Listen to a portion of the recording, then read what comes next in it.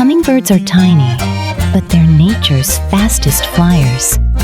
With wings beating up to 80 times per second, they hover, dart, and even fly backward.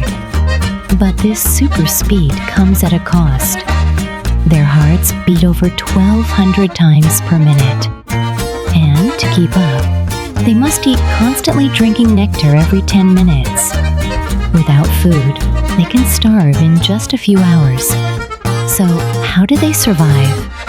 At night, they enter torpor, a mini-hibernation mode that slows their heart and saves energy. A tiny bird with a superpowered metabolism. Hummingbirds are nature's ultimate endurance athletes.